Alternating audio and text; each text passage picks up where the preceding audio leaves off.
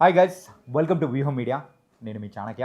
ఈరోజు మనం ఇంటర్వ్యూ చేయబోయే పర్సన్ ఎవరంటే is a orthopaedic surgeon and ఇప్పటివరకు అయితే సుమారు వేలల్లో జాయింట్ రీప్లేస్మెంట్ సర్జరీస్ కూడా చేసిన పర్సన్. మరి ఈ పర్సన్ గురించి మనం ఈరోజు ఏదో మెడికల్ టెర్మినాలజీ గురించో లేకపోతే పేషెంట్ల ఒక సమస్య గురించో మాత్రం ఈ ఇంటర్వ్యూ మాత్రం ఉండట్లేదు.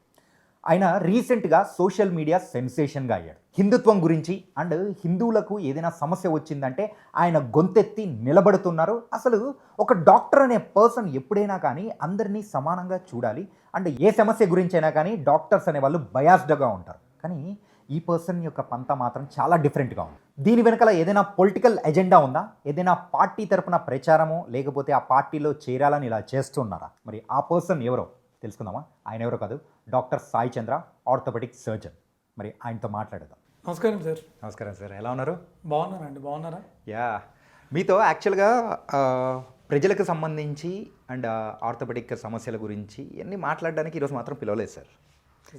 ఒక డాక్టర్ అనేటప్పటికీ కులమత భేదాలు లేకుండా అండ్ మతాలు అండ్ కులాలు ఇవన్నీ చూడకుండా వైద్యం చేసేవాడు. కానీ మీ మాటలు అండ్ మీరు రీసెంట్గా చేస్తున్న పనులు కంప్లీట్గా ప్రో ఒక రిలీజియన్కి తగ్గట్టు అండ్ ఒక వర్గానికి తగ్గట్టు మాత్రమే చేయడానికి గల రీజన్ ఏంటి సార్? ఎంత పెద్ద డాక్టర్ అయినా ఇంజనీర్ అయినా ఎవరి ధర్మం వాళ్ళకి ముఖ్యం సార్. ఈ వీడియో చాలా వైరల్ అయింది, మీరు సోషల్ మీడియాలో కూడా చాలా చూసే ఉంటారు. కాశ్మీరీ పండిట్స్కి జరిగిన ఊచ కోత మీద ఒకసారి హిందీ ఛానల్ వాళ్ళు ఒక ఆయన అడుగుతారు, సార్ మీరు మళ్ళీ కాశ్మీర్ పోతారా, మీకు అక్కడ గవర్నమెంట్ జాబ్ ఉంది కదా అని. దానికి ఆయన ఏమంటాడంటే, సార్ నేను ఢిల్లీ రోడ్ల మీద అడుక్కొనైనా తింటా కానీ మళ్ళీ కాశ్మీర్ పోనని చెప్తాడు. ఇది ఎప్పుడూ అవ్వలేదు. కాశ్మీర్ పండిట్లకైనా ఊచకొత్త ఎప్పుడంటే ఇంచుమించు రఫ్గా ఒక 34 ఇయర్స్ బ్యాక్. సో మన కళ్ళ ముందు జరిగిన ఒక చేదు నిజం అది. ఇంచుమించు 3-4 లక్షల మంది కాశ్మీరీ పండిట్లని కేవలం 2-3 రోజుల వ్యవధిలో ఎలగొట్టేశారు అక్కడి నుంచి. వాళ్ళు లిటరల్గా వాళ్ళ ఆస్తులన్నీ వదిలేసుకొని పారిపోయారు. నేను అండం కాదండి, చాలా ఎవిడెన్సెస్ ఉన్నాయి, చాలా ప్రూఫ్స్ ఉన్నాయి, దీని మీద చాలా రీసెర్చ్ ఉంది. ఎక్కడైతే హిందువులు మైనారిటీ అవుతారో, లైక్ ఇప్పుడు మన బంగ్లాదేశ్లో మన దీపు చంద్రదాస్కి ఏమైందో చూసాం. అది మరవక ముందే మళ్ళీ అలాంటివే చాలా ఇన్సిడెంట్స్ అయినాయి. సో ఎక్కడైతే హిందువులు మైనారిటీ అవుతున్నారో వాళ్ళ మీద అత్యాచారాలు చాలా పెరుగుతూ ఉన్నాయి. సో నేను అనేది ఏంటంటే, ఇప్పుడు మనందరం ఈ దేశం హిందువులు మెజారిటీ ఉంది కాబట్టి ఇక్కడ సెక్యులరిజం ఉందండి. ఓకే. సో పాకిస్తాన్లో ఎందుకు లేదు సెక్యులరిజం? బంగ్లాదేశ్లో ఎందుకు లేదు సెక్యులరిజం? కేవలం ఇండియాలో హిందువులు మెజారిటీ ఉన్నారు కాబట్టే ఇక్కడ సెక్యులరిజం ఉంది. ఎప్పుడైతే ఇక్కడ హిందువులు మైనారిటీ అవుతారో ఇంకా అది రెండే ఆప్షన్స్ ఉంటాయి, ఒకటి మారడం లేదా దీపు చంద్రదాస్కి అయినట్టు అయ్యే ఛాన్స్ ఉంటుంది. కానీ నేను అడిగిన క్వశ్చన్కి మీరు ఆన్సర్ మాత్రం చెప్పట్లేదు. ఎందుకు మీరు కంప్లీట్గా ప్రో అయిపోవడానికి రీజన్ అంటే ఇదేనా సార్? ఎందుకు ప్రో అంటే సార్, చూడండి ఇప్పుడు సమాజంలో మనం చాలా న్యూస్లు చూస్తున్నాం. ఇప్పుడు కొంతమంది ఎంబీబీఎస్ చదివి పేషెంట్లకి వైద్యం చేయాల్సిన వాళ్ళు, పేషెంట్లని బాగు చేయాల్సిన వాళ్ళు. వైద్యుడు అంటే ఏంటి? మనకి వైద్యో నారాయణో హరి అంటారు. వైద్యుడు అంటే దేవుడితో సమానం. అట్లాంటి వాళ్ళు వీళ్ళు బాంబులు పెట్టే స్థాయికి దిగజారిపోయారు. ఏంటి, ఎందుకు అయిపోతుంది ఇట్లా? సో అదొకటే కాదు, గతంలో చాలా చూసాం. సో నేనేమనుకున్నానంటే, మన వాయిస్ మనం కూడా రైజ్ చేయాలి, ఎందుకంటే సేమ్ మళ్ళీ అదే పాయింట్. ఇంకో 50-60 ఏళ్ళ తర్వాత ఇప్పుడు హిందువులు 2-3 కానీ పెంచడానికి అల్లాడుతున్నారు. చాలామంది ఒకళ్ళతోనే ఆపుతున్నారు. మరి ఎందుకు కొంతమంది వాళ్ళ పాపులేషన్ పెంచుతున్నారు? ఇదేంటంటే మనం అబ్జర్వ్ చేస్తే, so we have to rise hour voice. Nothing wrong, మన ఒపీనియన్ మనం చెప్పడంలో నథింగ్ రాంగ్. ఓకే. కానీ మీకు చుట్టుపక్కల ఉన్న వాళ్ళైనా కానీ లేకపోతే మీ ఫ్యామిలీ మెంబర్స్ అయినా కానీ అంటే మీ ఫ్రెండ్స్ వాళ్ళు కూడా అంటారు, నీకన్నీ ఎందుకు? సో బాగా హ్యాపీగా ఆల్రెడీ డాక్టర్వి, క్లినిక్ చూసుకుంటూ పేషెంట్లను చూసుకొని ఫ్యామిలీని చూసుకుంటే సరిపోతుంది కదా, ఇలా పబ్లిక్ గురించి పట్టించుకోవడం కానీ ఆ ప్రాబ్లమ్స్ గురించి నెత్తి మీద వేసుకోవడం అవసరమా అని చెప్పేసి అన్నవాళ్ళు ఎవరైనా ఉన్నారా? సార్ నేను ఎప్పుడైతే ఈ హిందుత్వం గురించి మాట్లాడుతున్నానో మా ఇంట్లో వాళ్ళు తప్ప బయట వాళ్ళు చాలామంది నన్ను మెచ్చుకుంటున్నారు సార్. ఇప్పుడు ఎలా తయారైందంటే, మనందరికీ ఒక భగత్ సింగ్ కావాలి కానీ మన ఇంట్లో భగత్ సింగ్ పుట్టకూడదు. మనందరికీ ఒక ఛత్రపతి శివాజీ గారు కావాలి కానీ మన ఇంట్లో ఒకళ్ళు వాయిస్ రైజ్ చేస్తారంటే భయం వేస్తుంది. ఎందుకంటే ఎక్కడ ఎవరు వచ్చి ఏం చేస్తారని భయం అంతే. సో నేను ఎలా ఫీల్ అవుతానంటే జరిగేది ఏదో జరుగుతుంది. మనం వాయిస్ రైజ్ చేయడం తప్పులేదు, భయపడుతూ కూర్చుంటే ఎన్నాళ్ళని భయపడతా కూర్చుంటాం. అందుకని అంటే ప్రతి ఒక్క పాయింట్కి కూడా ఖచ్చితంగా ఒక పీక్ పాయింట్ ఉంటుంది. ఏంటంటే మనలో ఒక ఇష్యూ స్టార్ట్ అయినప్పుడు, ఒక ఇష్యూ గురించి మనం మాట్లాడుతున్నప్పుడు దానికి సంబంధించి బాధపడిన వాళ్ళైనా ఉండాలి, లేకపోతే ఎఫెక్ట్ అయిన వాళ్ళైనా ఉండాలి.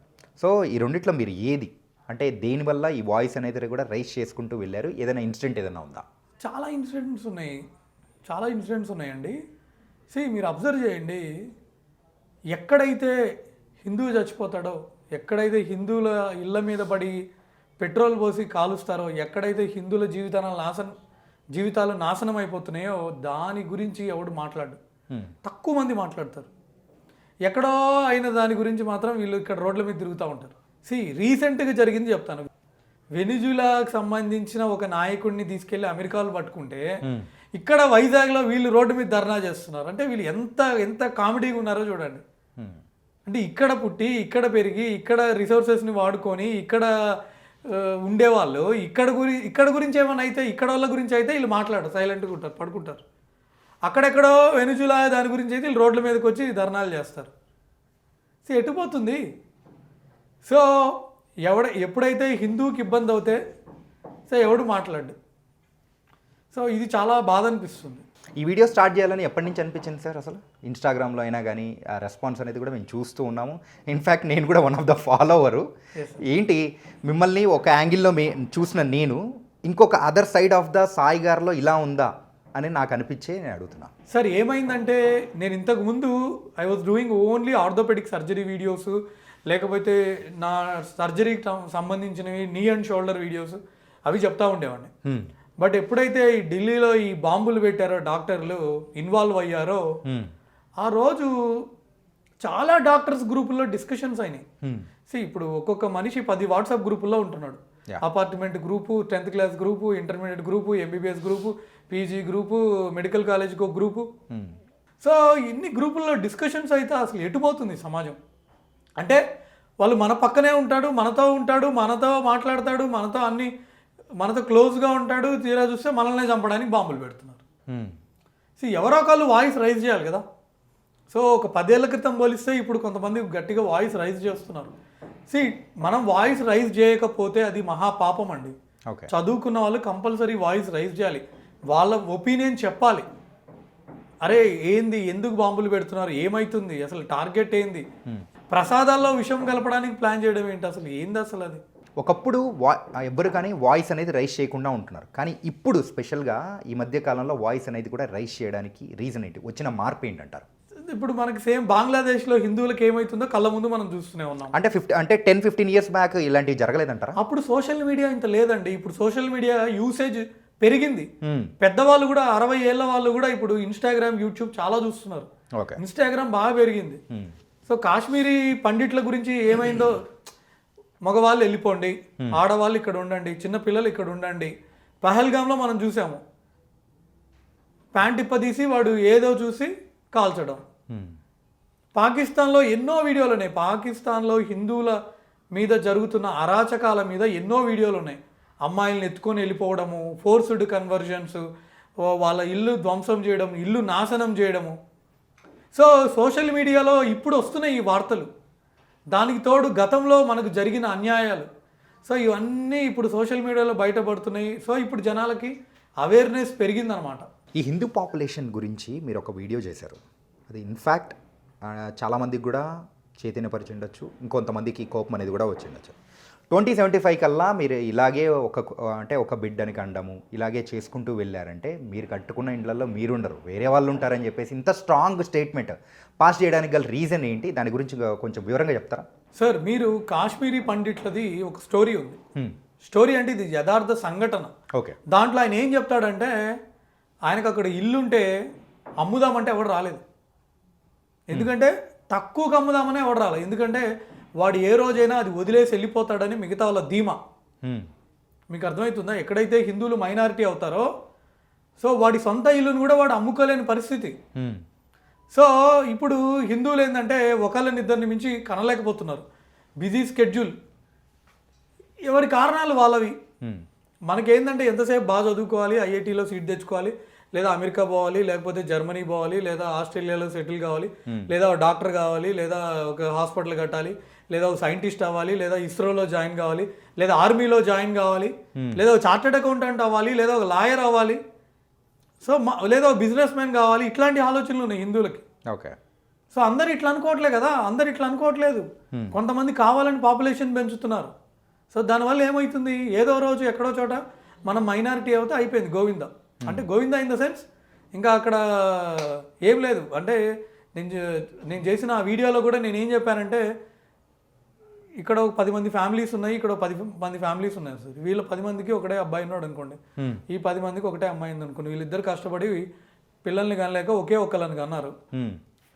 హిందూ పాపులేషన్ తగ్గుతూ ఉంది. 50 ఏళ్ళ తర్వాత ఏమవుతుంది?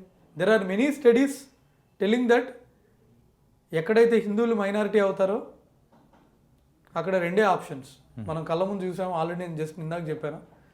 సేమ్ మన దీపు చంద్రదాస్కి అయినట్టయినా అవ్వచ్చు, లేదంటే మారడం. అంటే వేరే మతస్థులు కూడా వాళ్ళ వాయిస్ అనేది కూడా రైజ్ అవుతుంది. వాళ్ళు కూడా అంటున్నారు కదా, అంటే మమ్మల్ని కూడా బ్యాడ్గా ట్రీట్ చేస్తూ ఉన్నారు, ఇదేనా డెమోక్రసీ అండ్ ఇదేనా సెక్యులర్ కంట్రీ యొక్క అంటే విధానం అనేది కూడా అని అంటున్నారు కదా. మరి దానికి మీరేమంటారు? సార్, హిందూ ధర్మంలో మనము అందరినీ బాగా వెల్కమ్ చేసామండి.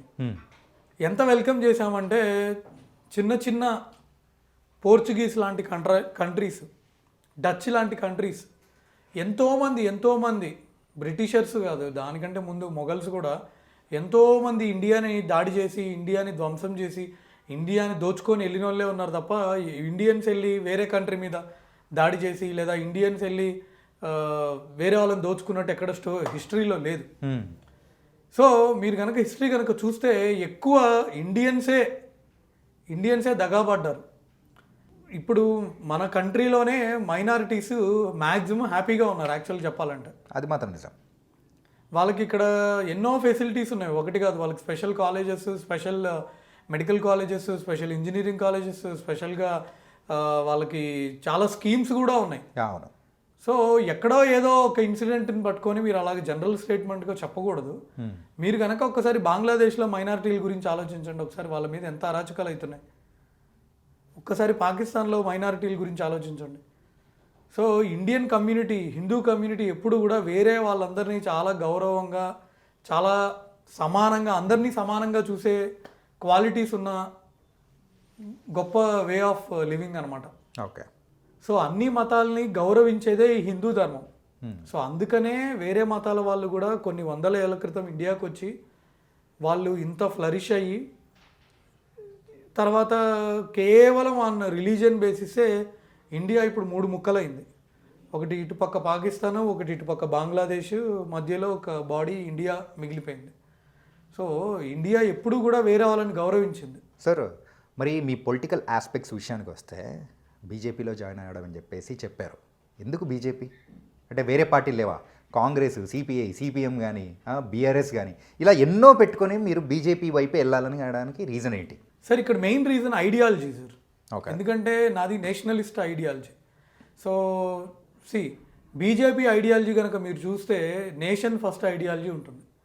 మీరు చరిత్ర కూడా చూస్తే టెర్రరిస్టులని కంట్రోల్ చేయడానికి అప్పటి ఎన్డీఏ ప్రభుత్వం పోటా చట్టం తీసుకొస్తే, ఈ వీడియో అమిత్ షా గారు కూడా ఈ టాపిక్ మీద పార్లమెంట్లో మాట్లాడారు, ఒకసారి మీరు చూడండి. సో కాంగ్రెస్ ప్రభుత్వం వచ్చి దాన్ని తీసేయడం జరిగింది. సో కాంగ్రెస్ గవర్నమెంట్ ఉన్నప్పుడు పార్లమెంట్ మీద అటాక్ జరిగింది. అప్పుడు వీళ్ళు ఏమన్నా ప్రతిఘటించారా? అట్లాగే కాంగ్రెస్ గవర్నమెంట్ ఉన్నప్పుడు ఇండియా మీద చాలా అటాక్స్ అయినాయి. సో మీరు అప్పటి కాంగ్రెస్ గవర్నమెంట్, ఇప్పుడు బీజేపీ గవర్నమెంట్ మీరు చూడండి. సో పహల్గామ్ అటాక్ అయింది, ఎంబటే మన వాళ్ళు దానికి తగిన బుద్ధి చెప్పారు. సో యూ కెనాట్ కంపేర్ అండి, to be very honest, you cannot compare Congress versus BJP. ఇప్పుడు బీజేపీలో మోడీ గారు ఆయన ఏమైనా 100 కోట్ల ఆస్తులు ఏమైనా కూడబెట్టుకొని ఆయన ఏమైనా సొంత ప్యాలెస్లు కట్టుకుంటున్నారా? ఎంత సింపుల్ లివింగ్. వాళ్ళ ఫ్యామిలీ మెంబర్స్ కూడా మీరు చూస్తున్నారు. మీరు ఫ్యామిలీ మెంబర్స్ పేర్లైనా తెలుసా? ఇప్పుడు కాంగ్రెస్లో లాగా వాళ్ళు వచ్చి 1000 కోట్లు అవినీతి చేసి, లేదా ఇట్లా కాదు. మీరు చూస్తే కాంగ్రెస్ గవర్నమెంట్లో ఎప్పుడూ ఏదో స్కామ్ నడుస్తూనే ఉండేది. సో బీజేపీ టైంలో మీరు కనుక చూస్తే ఎన్ని కొత్త నేషనల్ హైవేస్, రోడ్లని ఎంత బాగా వైడెన్ చేస్తున్నారు, నేషనల్ హైవేస్. తర్వాత నెంబర్ ఆఫ్ ఎయిర్పోర్ట్స్ చాలా చాలా పెరిగినాయి. తర్వాత రైల్వేస్ని ఎంత ఇంప్రూవ్ చేస్తున్నారో మీరు చూశారు. నాట్ ఓన్లీ రైల్వేస్ అండి, జస్ట్ నెంబర్ ఆఫ్ ఐఐటీస్ కానీ ఐఐఎమ్స్ కానీ medical colleges, each district 1 medical college అని చెప్పి అదొక కొత్త ప్రోగ్రామ్ తీసుకొచ్చి ఎంబీబీఎస్ సీట్స్ పెంచారు. తర్వాత ఎయిమ్స్, నెంబర్ ఆఫ్ ఎయిమ్స్ పెంచారు. సో ఒక్క ఇదే కాదు సార్, ఈవెన్ డిఫెన్స్లో ఎంత అచీవ్మెంట్ చేశారంటే, ఒకప్పుడు మన ఆర్మీకి ఇచ్చే ట్రీట్మెంట్ వేరు, ఇప్పుడు మన ఆర్మీకి ఇచ్చే ట్రీట్మెంట్ వేరు. కావాలంటే మీ ఫ్రెండ్స్ అండ్ రిలేటివ్స్లో ఎవరైనా ఆర్మీలో పనిచేసే వాళ్ళు ఉంటే ఒకసారి మీరు మాట్లాడండి. నిజంగా వాళ్ళని చాలా బాగా ట్రీట్ చేస్తున్నారు. ఇప్పుడు వాళ్ళకి చాలా రిసోర్సెస్ ఇచ్చారు. వాళ్ళకి ఏవేవి కావాలో అవన్నీ ఇప్పుడు ఎన్డీఏ గవర్నమెంట్, ఇప్పుడున్న బీజేపీ గవర్నమెంట్ వాళ్ళకి చాలా ఎక్స్ట్రా బెనిఫిట్స్ కూడా ఇస్తూ ఉంది. ఇండియన్ ఆర్మీ పనిచేసే వాళ్ళకి ఒక సెక్టార్ అని కాదు సార్, అన్ని సెక్టార్లలో చాలా చాలా చాలా రిఫార్మ్స్ చేశారు.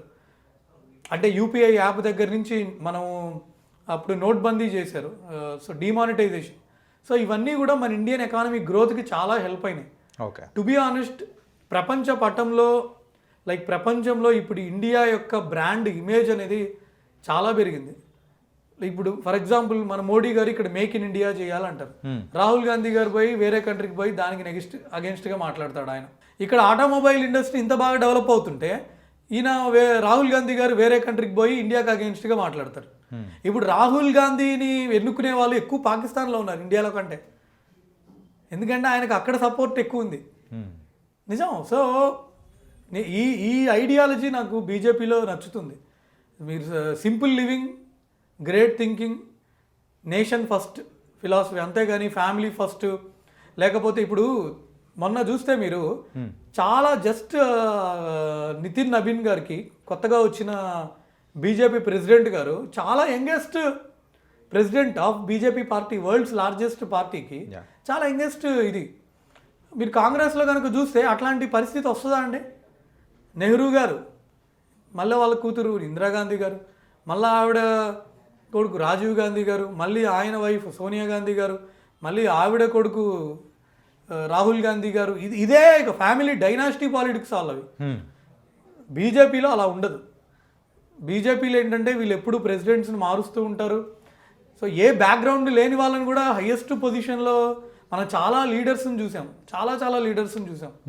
సో కాంగ్రెస్లో అలాంటి మనం ఊహించుకోవడం కష్టమే. కాంగ్రెస్లో మొన్న ఎవరో అన్నారు, ఒక లీడర్ తక్కువ స్థాయి నుంచి కూడా హయ్యెస్ట్ పొజిషన్కి బీజేపీలో రాగలుగుతారు కానీ కాంగ్రెస్లో రాలేరు అని చెప్పి కాంగ్రెస్ లీడర్ ఎవరో అంటే ఆయన్ని డిస్మిస్ చేశారు పార్టీలోంచి. ఇంకొక ఆవిడ నవజోత్ సిద్ధు వాళ్ళ వైఫ్ అనో ఎవరో అనుకుంటాం, ఆవిడ కాంగ్రెస్లో మీరు 500 కోట్లు ఇస్తే మీరే సీఎం అన్నట్టు ఆవిడేదో వీడియో కూడా ఒక వీడియో బయటకు వచ్చింది. బీజేపీ పార్టీ అలా ఉండదండి. దేశం కోసం, ధర్మం కోసం, సిద్ధాంతాల కోసం, అంతే, నేషన్ ఫస్ట్. మళ్ళీ సిపిఐ గురించి మీరు అడిగారు, దానికి ఒక దన్నం అంటే అన్నానని కాదండి, ఎక్కడుంది చెప్పండి సిపిఐ ఇండియాలో ఎక్కడైనా ఉందా? ఇప్పుడు రోడ్డు మీద 50 మంది పోతే 100 మంది పోతే ఎవరు మాట్లాడతారు సిపిఐ గురించి? ఓకే, అంటే ఈ పార్టీస్ అనేది సీట్స్ లేవు, ఓకే, కానీ బీఆర్ఎస్ వైపు అయినా వెళ్ళొచ్చు కదా. మరి బీఆర్ఎస్ వైపు ఎందుకు వెళ్ళట్లేదు? ఎందుకంటే మన రాష్ట్రంలో మంచి హోల్డ్ ఉన్న పార్టీ, మొన్నటి వరకు అధికారంలో ఉన్న పార్టీ. కాంగ్రెస్ వైపుకి ఎందుకు వెళ్ళట్లేదు అనేది ఆన్సర్ చెప్పారు. మరి బీఆర్ఎస్ వైపు ఎందుకు వెళ్ళట్లేదు సార్? ఇంకోటి అంటే బేసిక్గా బీఆర్ఎస్ అంటే కేసీఆర్ గారు, కేటీఆర్ గారు చాలా డెవలప్ చేశారు, నేను కాదనట్లేదు సార్. అది ఫ్యామిలీ, అదొక డైనాసిటీ పాలిటిక్స్. సో ఎంత డెవలప్మెంట్ చేసినా at the end of the day KCR గారు పోయిన తర్వాత కేటీఆర్ గారు అంటే ఇంకా అలానే ఉంటుంది ఫ్యామిలీ పాలిటిక్స్. అంటే your oppose to the family politics అంటారు. అంతే కదా సార్. ఇప్పుడు బీజేపీలో అలా ఉండదు సార్. ఇంకో 4 ఏళ్ల తర్వాత ప్రెసిడెంట్ ఎవరు అనేది ఎవరూ చెప్పలేరు. ఓ 10 ఏళ్ల తర్వాత ఎవరు వస్తారనేది ఎవరు చెప్పలేరు. అంటే ఒక సాధారణ కార్యకర్త కూడా రావచ్చు సార్. ఓకే, ఇప్పుడు ఒక సాధారణ ఎక్కడో ఆదిలాబాద్లో ఒక చిన్న విలేజ్లో బీజేపీ జెండా పట్టుకున్న ఒక కార్యకర్త కూడా ఒక 20-30 ఏళ్ల తర్వాత రేపు ఆయన బీజేపీ ప్రెసిడెంట్ కూడా కావచ్చు. ఓకే, కానీ బీఆర్ఎస్లో అట్లా అవ్వదు, ఛాన్స్ చాలా చాలా చాలా తక్కువ. మీరు ఇందాక అన్నట్టు ప్రపంచ పటంలోనే మన ఇండియాకు ఒక ప్రత్యేకమైన గుర్తింపు అనేది కూడా బీజేపీ గవర్నమెంట్ అనేది కూడా మనకు తీసుకొని వస్తుంది డిఫెన్స్ వైజ్ మిగతా అన్ని దానిలకు ఓకే నేను కూడా అగ్రీ చేస్తాను. కాకపోతే ఒక సామాన్యుడు ఈ బీజేపీ గవర్నమెంట్ పట్ల హ్యాపీగా ఉన్నాడని మీరు అనుకుంటున్నారా? చాలా హ్యాపీగా ఉన్నాడు సార్. ఓకే, ఎందుకంటే ముందు మన బార్డర్ సెక్యూరిటీగా ఉంటే మనం ఎట్లయినా హ్యాపీగా ఉంటాం సార్. సో అప్పుడు కాంగ్రెస్ గవర్నమెంట్ ఉన్నప్పుడు నెంబర్ ఆఫ్ టెర్రరిస్ట్ అటాక్స్ కానీ బాంబ్ బ్లాస్ట్లు కానీ విపరీతంగా ఉండేవి. ఒక్కసారి మీరు గూగుల్ చేయండి, అప్పటికి ఇప్పటికి చాలా తగ్గిపోయింది. ఇప్పుడు నెంబర్ ఆఫ్ అటాక్స్ చాలా తగ్గిపోయినాయి. ఈవెన్ కాశ్మీర్ కూడా ప్రశాంతంగా ఉంది. ఆర్టికల్ 370 తీసిన తర్వాత అక్కడ కూడా డెవలప్మెంట్ పెరిగింది. సో ఒక సాధారణ మనిషికి ఇప్పుడు ఏంటంటే సెక్యూరిటీ పెరిగింది, పర్ క్యాపిటల్ ఇన్కమ్ పెరిగింది, రైల్వే కనెక్టివిటీ పెరిగింది, నెంబర్ ఆఫ్ ఎయిర్పోర్ట్స్ పెరిగినాయి.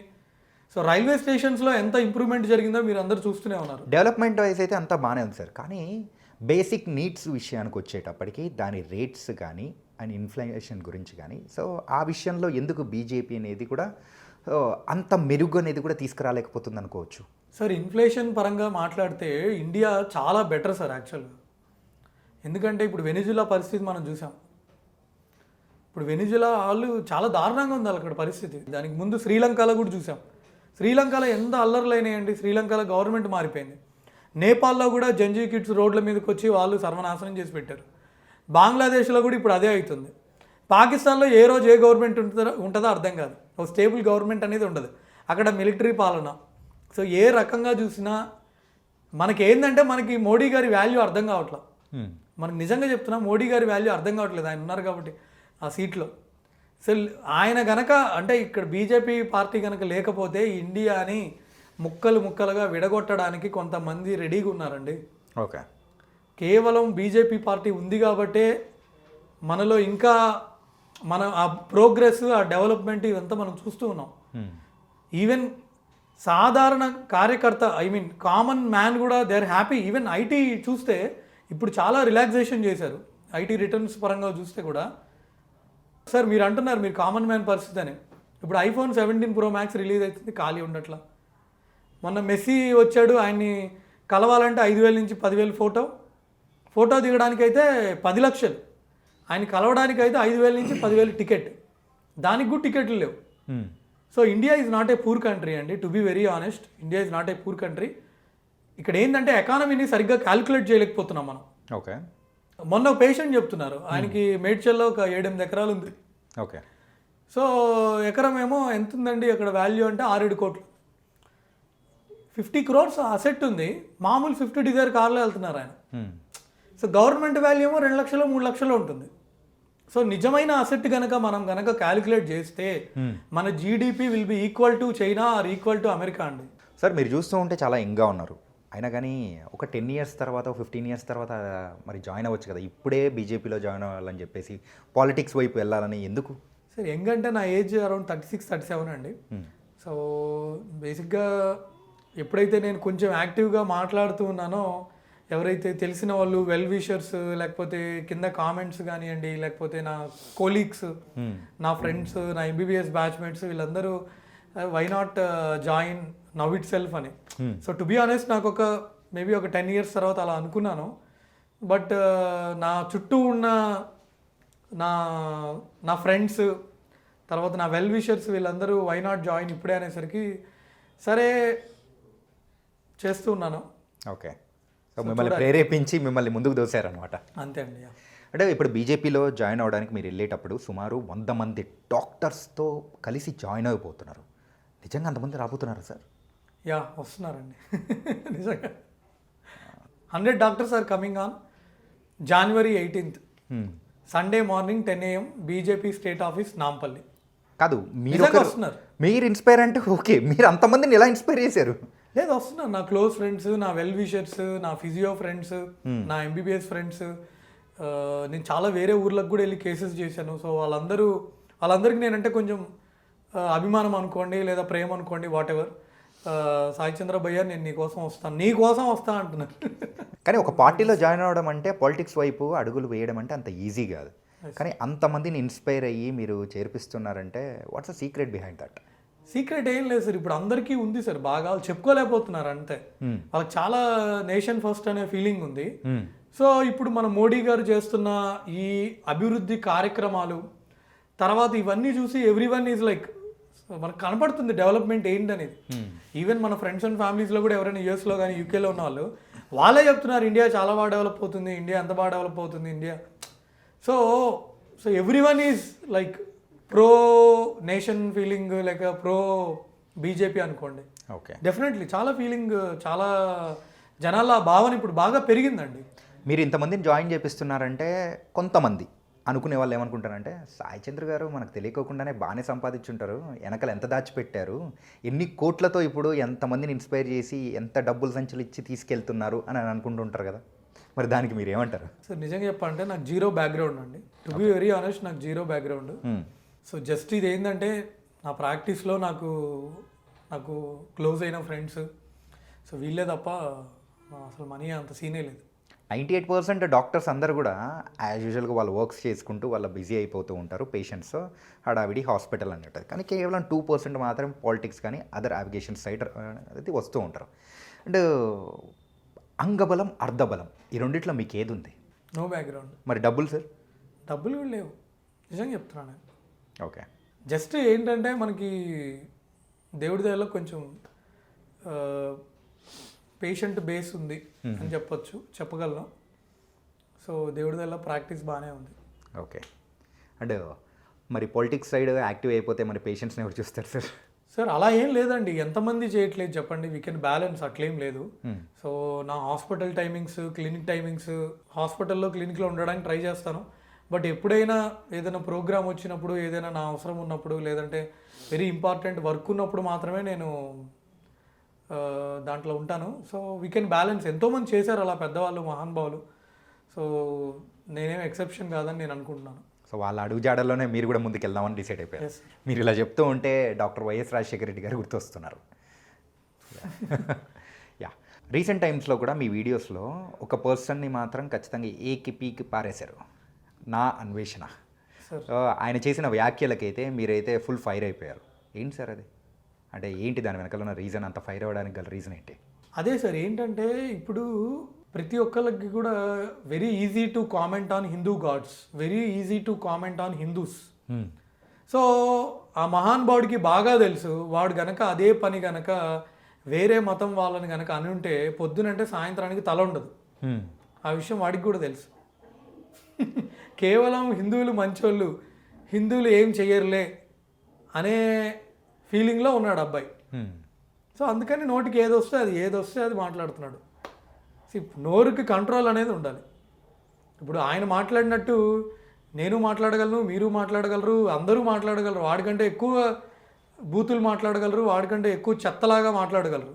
బట్ మనం సమాజంలో 100 మంది మధ్యన ఉంటున్నాం కాబట్టి మనం దానికి తగ్గట్టు జాగ్రత్తగా నోట్లోంచి వచ్చే ప్రతి మాట కూడా జాగ్రత్తగా మాట్లాడాలి. ఓకే, ఎందుకంటే మనల్ని కొన్ని 100 మంది, 1000 మంది, లక్షల మంది అబ్జర్వ్ చేస్తుంటారు.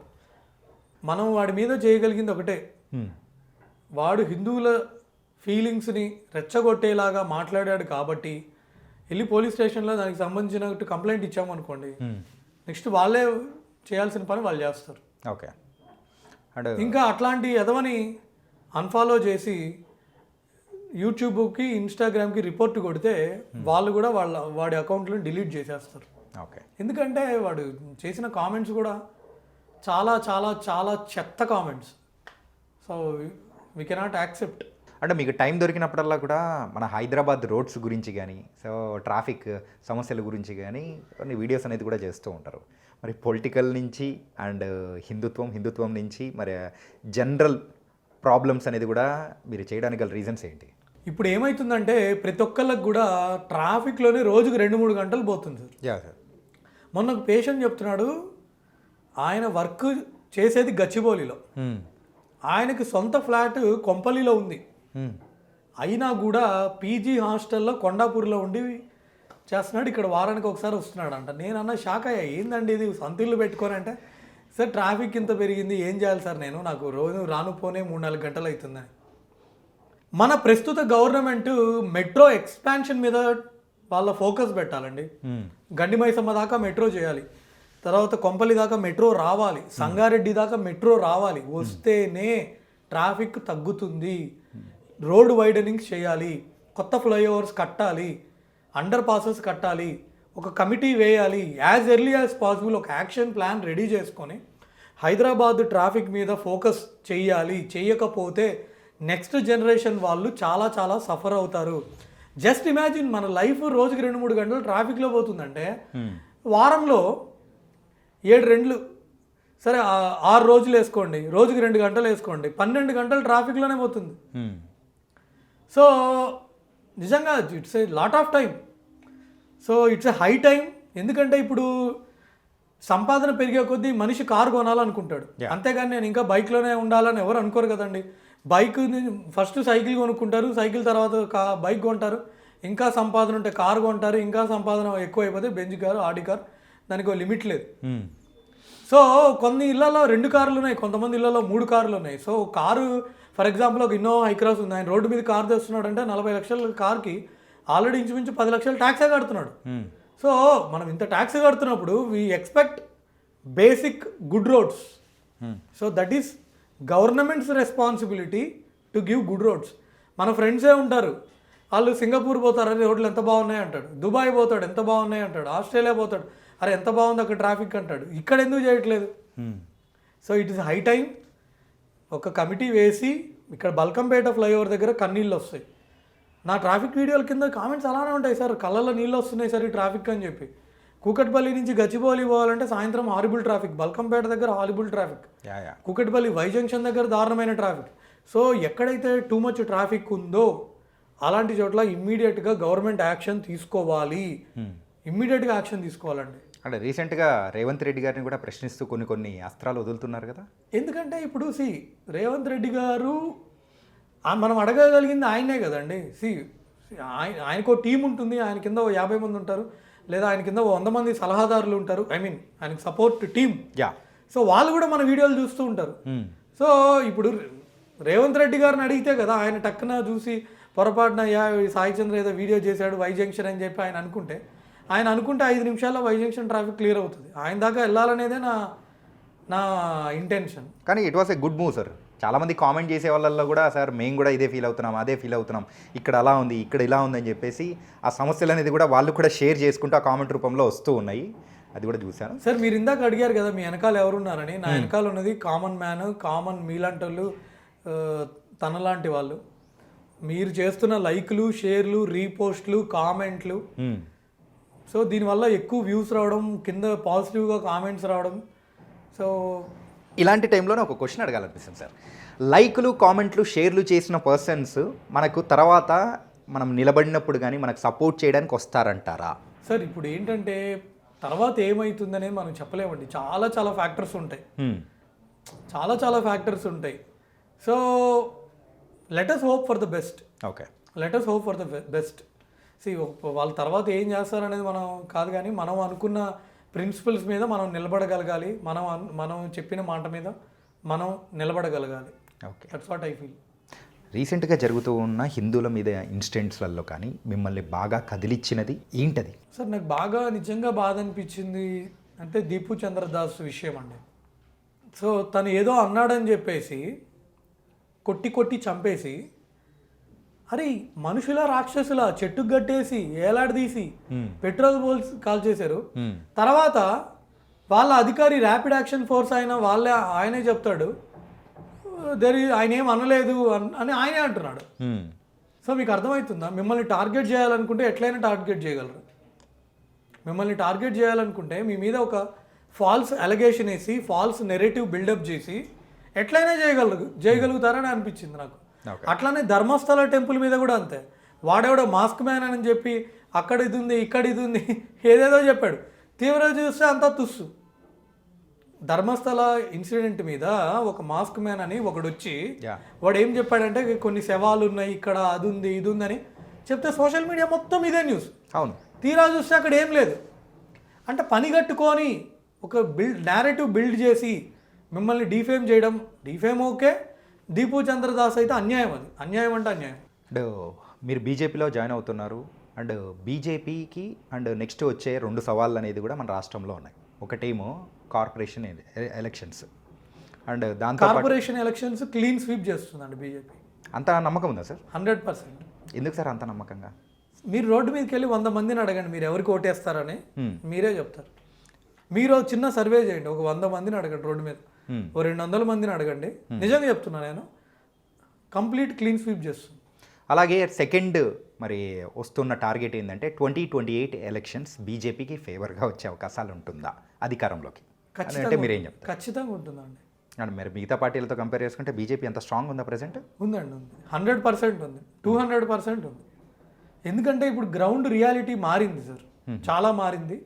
వాళ్ళు డబుల్ ఇంజిన్ సర్కార్ కోరుకుంటున్నారు, ఖచ్చితంగా ఇక్కడ రాష్ట్రంలో బీజేపీ గవర్నమెంట్ రావాలి అని కోరుకుంటున్నారు. మీరు ఇంత కాన్ఫిడెంట్గా చెప్తున్నారు, ఇది రేపు వచ్చే కార్పొరేషన్ ఎలక్షన్స్లో అయినా కానీ తర్వాత వచ్చే ఎమ్మెల్యే ఎలక్షన్స్లో అయినా కానీ మరి బీజేపీ అయితే క్లీన్ స్వీప్ చేస్తుంది, అధికారంలో ఉంటుందని అంటున్నారు. అంటే మీ యొక్క పాత్ర ఎలా ఉండబోతుంది అనుకోవచ్చు? రోడ్ల మీదకి వెళ్ళి వాళ్ళను చైతన్యపరచడం కానీ, సో పార్టీ తరఫున ప్రచారాలు చేయడం కానీ ఇలాంటివి జరిగే అవకాశాలు ఉన్నాయా? సార్ నేను సాధారణ కార్యకర్తను సార్, నాకంత చెప్పా కదా సార్, నాకేమీ వెనకాల ఏమీ బ్యాక్గ్రౌండ్ ఏం లేదు. నేను సాధారణ కార్యకర్తని, నేను మళ్ళీ చెప్తున్నాను, నేను సాధారణ కార్యకర్తని. నాకు హిందూయిజం అనేది నా మనసుకు దగ్గరైన విషయం. నాకు మనీ వచ్చినా రాకపోయినా I will stand for Hinduism. అంటే ఇంకోటి మీరు అన్నారు కదా మీరు ఇంకోటి కూడా అడిగారు ఎందుకు బీజేపీ అని. మన భారతదేశంలో, మన ఈ హిందూ దేశంలో మనం రామ మందిరం కోసం ఎన్ని వందల సంవత్సరాలు ఆగాం. కాంగ్రెస్ గవర్నమెంట్ మహానుభావులు 20 మంది 30 మంది లాయర్లను పెట్టి రామ మందిరం రాకుండా అడ్డుపడింది. సో మరి బీజేపీ గవర్నమెంట్ వాళ్ళు దాని గురించి ఫైట్ చేసి కోర్టులో ఫైట్ చేసి తీసుకొచ్చారు కదా. సో ఒకటి ఐడియాలజీ, దాంతోపాటు వాళ్ళు చేసిన మంచి పనులు అన్నీ ఉన్నాయి. ఓకే, వై బీజేపీ అంటే టెర్రరిజం గురించి దాని అటాక్స్ అయితే బీజేపీ ఎప్పుడైతే పవర్లోకి వచ్చిందో తగ్గిపోయిందని కూడా చెప్పారు. So it's a true. And కానీ డాక్టర్లు ఇలా టెర్రరిస్టులుగా మారడం ఏంటి, వాళ్ళే బాంబులు పెట్టడం ఏంటి, మరి దీని గురించి మీరేమంటారు? అదే సార్ నాకు నిజంగా అర్థం కావట్లేదు. అసలు ఎంబీబీఎస్ చదివి, అనాటమీ చదివి, ఫిజియాలజీ చదివి, పెథాలజీ చదివి, మెడిసిన్ చదివి, జనరల్ సర్జరీ చదివి, ఈఎన్టీ చదివి, ఆప్థాల్మాలజీ చదివి, ఎస్పీఎం చదివి, కమ్యూనిటీ మెడిసిన్ చదివి, గైనకాప్స్ చదివి, ఇంత చదివి పేషెంట్ని ట్రీట్ చేయాలి కానీ బాంబులు పెట్టి మనుషుల్ని చంపుదాం అనుకోవడం ఏంది? అంటే ఎక్కడ ఉంది తప్పు, ఎక్కడ ఉంది మిస్టేక్ అనేది ఒక్కసారి జనాలు ఆలోచించుకోవాలి. అంటే మీరు సోషల్ మీడియాలో హిందూయిజంకి సంబంధించిన కానీ యాక్టివ్గా వీడియోలు చేస్తూ ఉంటారు, తప్పును వేలెత్తి చూపించడం కానీ అన్నీ చేస్తూ ఉంటారు కదా. మీకు థ్రెటనింగ్ కాల్స్ కానీ లేకపోతే కామెంట్స్ కానీ అంటే ఇలాంటివి ఏం రాలేదా? చాలా హేట్ మెసేజెస్ వచ్చాయండి. సో నాకు అనిపించింది ఇంకా బీజేపీ పార్టీలో ఉన్న ప్రతి ఒక్కరికి ఇది కామన్ ఏమో అనిపిస్తుంది. నిజంగా కార్పొరేటర్గా నించున్న పర్సన్కైనా, ఒక ఎమ్మెల్యేగా నించున్న పర్సన్కైనా బీజేపీలో ఉన్నాడు అంటే ఖచ్చితంగా they will receive lot of hate comments from others. I think we have to accept it అనిపిస్తుంది. మరి అంత హేట్ కామెంట్స్ కానీ హేట్ ఇవన్నీ వచ్చినప్పుడు మీరు ఎలా తట్టుకొని రిటర్న్ బ్యాక్ అయ్యారు? మరి రిటర్న్ బ్యాక్ అంటే సార్ ఇప్పుడు మన ఒపీనియన్స్ వేరే వాళ్ళకి షేర్ చేసుకుంటాం. వాళ్ళు బీజేపీలో ఉంటే ఇది కామనే అండి అంటారు, ఇంకా మనం ఏం చెప్తాం? ఓకే, అంతేగాని ఇంకా వేరే భయపడ్డాలు కానీ అట్లా ఏం జరగలేదంట. ఇంకా అందరికీ అది కామనే అని అంటున్నారు. మరి నేను ఒక 4-5 అడిగాను, సార్ అవన్నీ కామనే సార్, మన గురించి వాళ్ళు ఇష్టం వచ్చింది కామెంట్స్ చేస్తూ ఉంటారు, అవన్నీ అవుతూ ఉంటాయి. కామెంట్స్ అంటే ఏ కైండ్ ఆఫ్ కామెంట్స్ సార్? అంటే మనల్ని తిట్టడం, ఇంట్లో వాళ్ళని తిట్టడం అంతా విచిత్రంగా ఉంటాయి ఆ కామెంట్స్. విచిత్రం అంటే ఏమన్నా కొన్ని అంటే మనం చెప్పలేము సార్, యాక్చువల్గా ఆన్ కెమెరా చెప్పలేము అలాంటి కామెంట్స్, బూతులే. ఓకే, నిజంగా అలానే ఉంటాయి. అట్లాంటివి కూడా తట్టుకోవాలి. ఇంకా బీజేపీలో మనం ఉన్నామా అంటే ఇంకా తట్టుకోవాల్సింది తప్పదు. అదే కదా సార్ అదే కదా బాధ, హిందూయిజం గురించి మాట్లాడడమే తప్పైపోయింది. ఈ దేశం ఎట్లా తయారైందంటే a Muslim can be a Muslim, a Christian can be a Christian, but a Hindu has to be secular. ఒక హిందూ సీఎం అయిన రేవంత్ రెడ్డి గారు హిందూ దేవుళ్ళ గురించి కొన్ని వ్యాఖ్యలు అనేది కూడా చేశారు కదా, అది ఎంతవరకు కరెక్ట్ అంటారా? చాలా చాలా బాధాకరం అండి. ఎందుకంటే చెప్తున్నా కదా సార్, ఇప్పుడు ప్రతి ఒక్కళ్ళకి కూడా it is very easy to target on Hindu gods. ఎందుకంటే హిందువులు మంచోళ్ళు, వాళ్ళు ఏమనరు, కామెడీగా మాట్లాడారు. ఆయనేగా చాలామంది మాట్లాడారు. ఒక పబ్లిక్ రిప్రజెంటేటివ్, అందులో సీఎం, చీఫ్ మినిస్టర్, అంటే ఎన్ని లక్షల మంది ఆయన అబ్జర్వ్ చేస్తుంటారు డైలీ. సో అలాంటప్పుడు మనం మాట్లాడేటప్పుడు మనం ఒక ప్రిపేర్ అయ్యి రావాలి, మనం ఒక స్క్రిప్ట్ రాసుకొని రావాలి. ఇష్టం వచ్చినట్టు ఏదో మైక్ ముందు ఏదేదో మాట్లాడి వెళ్ళిపోతే దట్ ఈస్ నాట్ కరెక్ట్ అంటా నేను. మీరు ఇందాక మాట్లాడేటప్పుడు రోడ్స్ కానీ ట్రాఫిక్ కానీ ఈ సమస్యలన్నిటికీ కారణం అనేది కూడా మీరు చెప్తూ వాళ్ళని కూడా మరి ఇక్కడ ఉన్న గవర్నమెంట్ కూడా మరి అయితే వేలెత్తి చూపిస్తూ ఉన్నారు. మరి బీజేపీ గవర్నమెంట్ అనేది కూడా మన తెలంగాణ రాష్ట్రానికి ఎంత అవసరం అంటారు మీరు? చాలా చాలా చాలా అవసరం అండి, చాలా అవసరం. ఎందుకంటే బీజేపీ గవర్నమెంట్ ఎక్కడైతే ఉంటుందో అక్కడ డెవలప్మెంట్ ఉంటుంది. బీజేపీ గవర్నమెంట్ ఎప్పుడు కూడా మతతత్వ రాజకీయాలు చేయదు, అందరినీ ఒకేలా చూస్తుంది. ఇప్పుడు మోడీ గారు ఒక హైవే వేస్తే దాంట్లో అందరూ వెళ్తారు, ఒకళ్ళే వెళ్ళరు కదండి. ఇప్పుడు కొత్తగా ఒక ఎయిమ్స్ కట్టినా, ఒక ఐఐటి కట్టినా, సో అందరినీ డెవలప్ చేద్దాం అనే ఉద్దేశమే ఉంటుంది బీజేపీ గవర్నమెంట్కి, ఇంకో ఉద్దేశం ఉండదండి. సో ఇప్పుడు మీరు క్లియర్గా చూడొచ్చు, మోడీ గవర్నమెంట్ వచ్చిన తర్వాత, మోడీ గారి గవర్నమెంట్ వచ్చిన తర్వాత, సో ఇప్పుడు ఇండియా అనేది 3rd లార్జెస్ట్ ఎకానమీ అయింది, ఈవెన్ జపాన్ని కూడా దాటేసింది. సో ఇక్కడ కనుక బీజేపీ గవర్నమెంట్ కనుక వస్తే ఇంకా మనకి చాలా మంచి రోడ్లు వస్తాయి. రోడ్సే కాదండి, అన్ని రకాలుగా డెవలప్ అవుతుంది. విలేజెస్ కూడా చాలా డెవలప్ అవుతాయి 100%. దాంట్లో సెకండ్ థాట్ లేదు, వేరే ఆలోచన లేదు. ఆల్రెడీ హైదరాబాద్ అనేది కూడా వేరే స్టేట్స్తో కంపేర్ చేసుకున్నా కానీ ఫాస్ట్ డెవలప్మెంట్ స్టేట్గా కూడా మరి ముందుకెళ్తూ ఉంది కదా. మరి డెవలప్మెంట్ సరిపోదంటారా, ఇంకా కావాలంటారా? అంటే మనకి డెవలప్ అయిందండి, నేను కాదనట్లేదు. కానీ ఇప్పుడు సాయంత్రం 4-5 గంటలకి ఒక అంబులెన్స్ ఫర్ ఎగ్జాంపుల్ మియాపూర్లో